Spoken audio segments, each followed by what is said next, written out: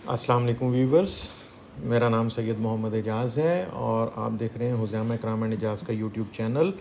Tax in 10 minutes के एक और एपिसोड के साथ मैं हाज़िर हूँ। और आज हमारा जो मौजू है वो ये है कि हम ये जानना चाहेंगे कि जब भी कोई लॉ जो है ड्राफ्ट किया जाता है तो उसका एक पर्टिकुलर स्ट्रक्चर होता है, और वो स्ट्रक्चर जो है किसी थंब रूल का मोहताज नहीं है, लेकिन चूँकि लॉ को एक सिंक्रोनाइज्ड मैनर में एक अच्छे तरीके से तरतीब के साथ बनाना मकसूद होता है, तो इसलिए लॉ को मुख्तलिफ़ हिस्सों में तकसीम किया जाता है। और वो हिस्से क्या होते हैं, कैसे होते हैं, चलिए आइए उसके बारे में देखते हैं। कि सबसे पहले हमारा जो प्राइम लॉ है वो है कॉन्स्टिट्यूशनल लॉ। तो कॉन्स्टिट्यूशन जो है, इसमें अगर आप देखें तो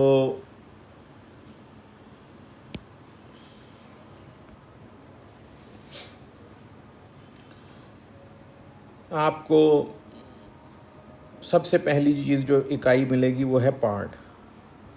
मुख्तलिफ़ पार्ट्स में जो है कॉन्स्टिट्यूशन को तकसीम किया गया है। उसके बाद उससे निचली जो इकाई मिलेगी आपको वो मिलेगी चैप्टर्स। हर पार्ट के अंदर एक या एक से ज़्यादा चैप्टर हैं जो एक मौजू की फ़र्दर सब डिवीज़न को डील करते हैं। तीसरे नंबर पे इन्होंने इकाई कोई नहीं रखी हुई, यानी अगर आप दूसरे लॉ में चले जाएं तो चैप्टर के नीचे बाज़ जगह डिविजन्स मिलती हैं आपको, तो वो यहाँ कोई नहीं है। जैसे कि अगर हम बात करें इनकम टैक्स की, तो इनकम टैक्स में जो पहली इकाई है वो चैप्टर है। चैप्टर के नीचे जो है वो आपको पार्ट मिलेंगे और पार्ट के नीचे आपको डिविजन्स मिलेंगे। ठीक है।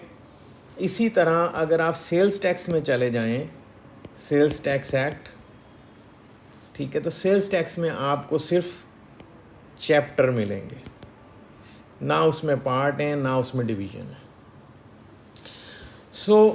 अगर आप ये देखें तो आप ये जान जाएंगे कि जो लेजिस्लेचर है वो अपनी मर्ज़ी के हिसाब से जो तकसीम उसे मुनासिब लगती है उस हिसाब से लॉ को मुख्तलिफ़ किस्म के मौज़ूआत में तकसीम करके, चाहे वो पार्ट्स के अंदर करे, चैप्टर के अंदर करे या उनकी फ़र्दर सब डिविजन्स कर दे, तो वो इस तरह एक लॉ को लेके चलता है। और इसके अलावा एक चीज़ जो आपको और मिलेगी वो हैं नंबर 4 पर जो हर आपको उसमें मिलेंगे वो हैं शेड्यूल्स। इन स्केजुअल अमेरिकन उसमें कहा जाता है।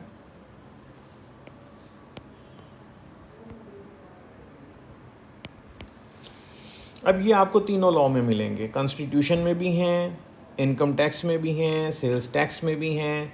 दे are as good as law, they are part of the law, they are part of the statute, they are as good as law. तो यहाँ पर ये चीज़ अगर आप देखें तो ये बुनियादी इकाइयाँ हैं जिनमें मटीरियली जो है डिस्ट्रीब्यूशन की जाती है एक स्टैचूट की, कि एक स्टैचूट जो है वो कितने हिस्सों में तकसीम होगा, उसके फ़र्दर सब डिविजन्स क्या होंगी और उससे आगे सब डिविजन्स क्या होंगी। फिर ये जो सबसे छोटी इकाई है जो हम किसी भी लॉ में देखते हैं, वो अगर हम कॉन्स्टिट्यूशन में आ जाएं, अब हम इन दोनों लॉ की इकट्ठी बात करेंगे, इन दो की, और इसकी अलहदा करेंगे। अगर सबसे छोटी इकाई में आ जाएं तो वो कॉन्स्टिट्यूशन जो है इसमें उसको कहा जाता है आर्टिकल। ठीक है जी, आर्टिकल कहा जाता है, और यहाँ पे इसको इनकम टैक्स और सेल्स टैक्स में सेक्शंस कहा जाता है। इससे छोटी इकाई जो है, सेक्शन को फर्दर नीचे, आर्टिकल को अगर करें तो सब आर्टिकल, और सेक्शन को करें तो सब सेक्शन। इसी तरह इससे भी नीचे चले जाएं तो ये क्लाज आ जाएगी और यहाँ पे भी क्लाज आ जाएगी, और इससे नीचे चले जाएं तो सब क्लाज आ जाएगी और यहाँ पे भी सब क्लाज आ जाएगी। ठीक है जी। और इसके बाद एक चीज़ अहम होती है कि हर सेक्शन के अंदर या किसी सब सेक्शन में या किसी क्लास में अगर आपने एक्सेप्शन क्रिएट करनी हो, क्या चीज़ करनी हो जी, एक्सेप्शन क्रिएट करनी हो, तो उसके लिए चाहे वो कॉन्स्टिट्यूशनल लॉ है, चाहे वो कोई दूसरा स्टैट्यूट है, आप प्रोवाइजोज यूज़ करते हैं।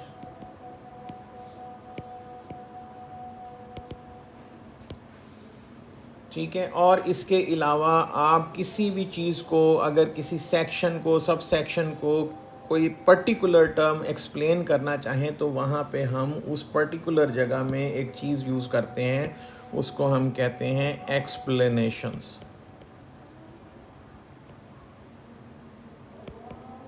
और ये एक्सप्लेनेशंस दोनों साइड पे हो सकती हैं, यानी कॉन्स्टिट्यूशन में भी और किसी भी लॉ में भी हो सकती हैं। सो यहाँ तक हम पहुँच गए कि जी प्रोवाइजोस भी हैं, एक्सेप्शंस भी हैं।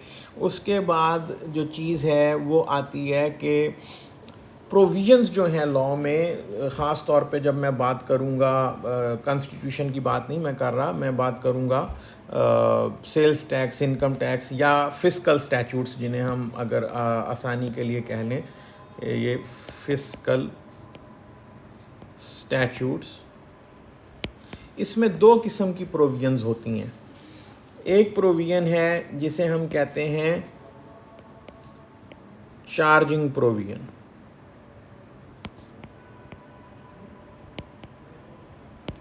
और दूसरी प्रोविजन होती है जिसे हम कहते हैं machinery provision.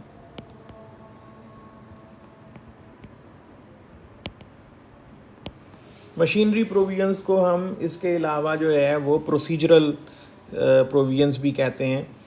So charging provisions और मशीनरी प्रोविजन। चार्जिंग प्रोविजंस वो होती हैं जिनके ज़रिए कहीं पे भी किसी की भी किस्म का टैक्स बर्डन क्रिएट किया जाता है।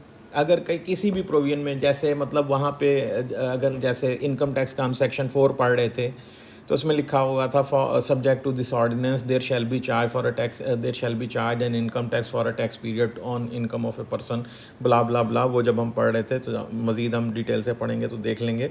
तो वो चार्जिंग प्रोविजन है कि वहाँ लिखा होता है कि वो बर्डन एक क्रिएट होगा कि इतने % से टैक्स चार्ज होगा, या यूँ टैक्स चार्ज होगा, या ऐसे टैक्स चार्ज होगा। लेकिन जहाँ पे लिखा जाए जी कलेक्शन ऐसे होगी, इस तरह किया जाएगा, ऐसे किया जाएगा, रिटर्न यूँ फाइल की जाएगी, वो प्रोसीजर्स होते हैं।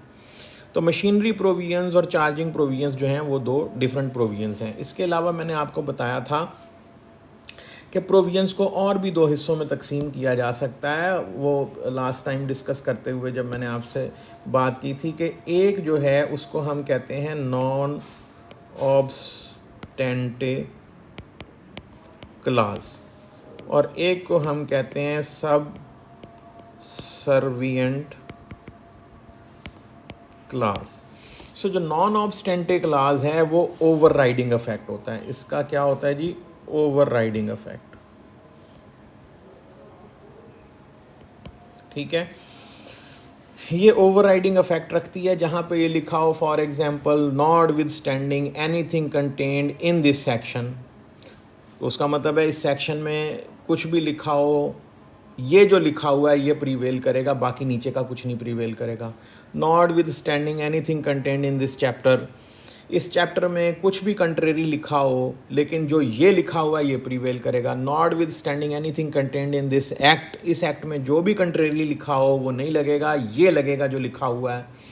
Not with standing anything contained in any other law for the time being in force, किसी भी कानून में कोई भी बकवास की हो वो नहीं लगेगी, जो ये लिखा हुआ है वो लगेगा। सो ये कहलाती है नॉन ऑब्स्टेंटे क्लास। ये ओवर राइडिंग इफेक्ट देती है किसी भी लॉ को। और जो सबसर्विएंट क्लास होती है वो शुरू होती है इस तरह के subject to the provisions of. ठीक है, सो दो चीज़ें हैं, मैंने आपको जैसे बता दिया कि जो नॉन ऑब्स्टेंटे क्लास है जब ये शुरू होगी तो ये शुरू होगी नॉट विद स्टैंडिंग के साथ, और ये जो सबसर्विएंट क्लास है ये होगी subject to the provisions of.